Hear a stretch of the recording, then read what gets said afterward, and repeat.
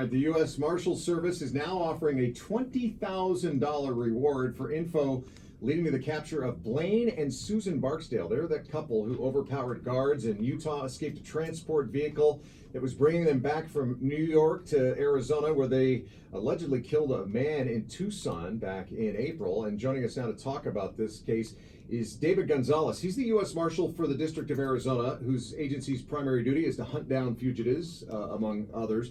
What was the first thing your agency did, David, when you heard about this killer couple escaping custody?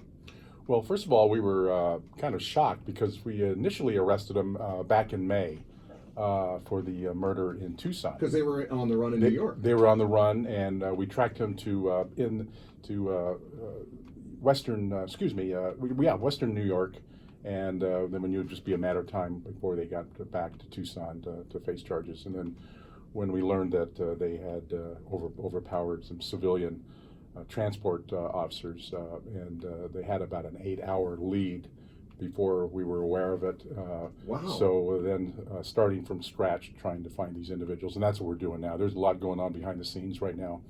It's interesting because the Pima County Sheriff's Department now says they're not going to use this transport company anymore. I imagine part of that is because an 8-hour lead before they let anybody know? Well, there's more to that story. When they took took advantage of these two basically security guards, if you will, they're civilians. They tied them up. They left them out in the middle of nowhere. Gotcha. They were able to get another vehicle from an acquaintance up in northern Arizona, and it took them 2 or 3 hours to break out of the van. They kicked the windows out, and by the time they could get the sheriff's department could get there and find out what was going on, the Barksdales have been on the run for about 8 hours. Yeah, and you all think they're in Arizona. That's why we've been seeing the highway signs. Well,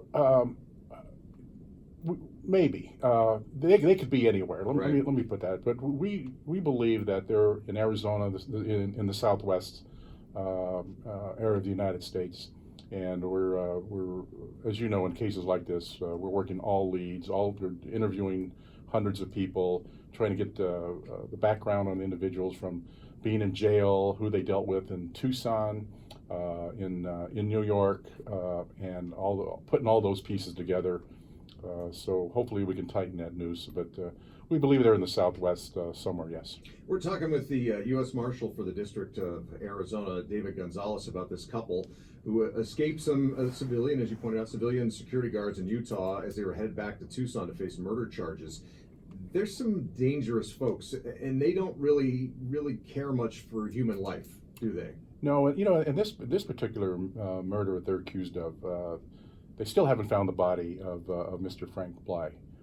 They're pretty sure these individuals were involved in the murder, and they burned down his house and disappeared. And that happened in around April of about mid-April, and arrest warrants were issued for him in Pima County on about May 1st, and we arrested him May 24th in New York. And an individual, especially like Blaine Barksdale, is very dangerous.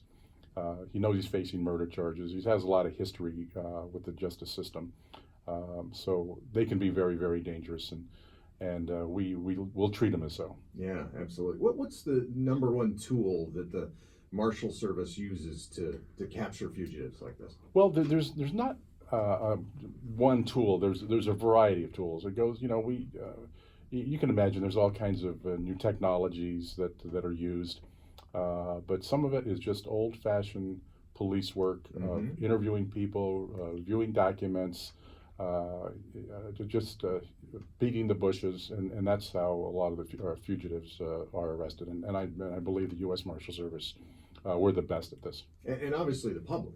I don't want to refer to them as a tool, but using the public, and that's the reason you put out this reward. Yeah, and rewards,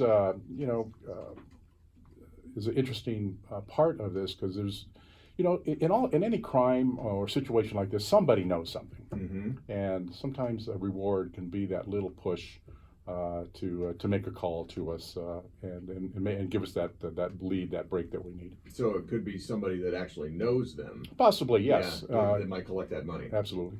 Yeah. So rather than just somebody just driving down the highway and they happen to see them, kind of a thing. We hope it's something like that. We don't care. We just Right, you just want to get them. Absolutely. Yeah. And U.S. Marshals, you always want to get your man. Absolutely. Yeah.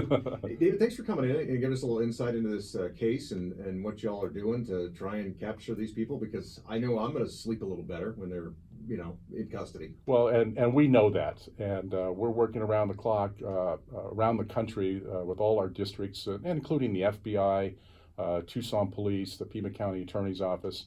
A lot going behind the scenes, and we're not resting until Susan and Blake Barksdale are back in jail. All right, David Gonzalez there, the U.S. Marshal for the District of Arizona, a guy who grew up in Arizona, as a matter of fact, so yeah, knows the state very well. Yeah.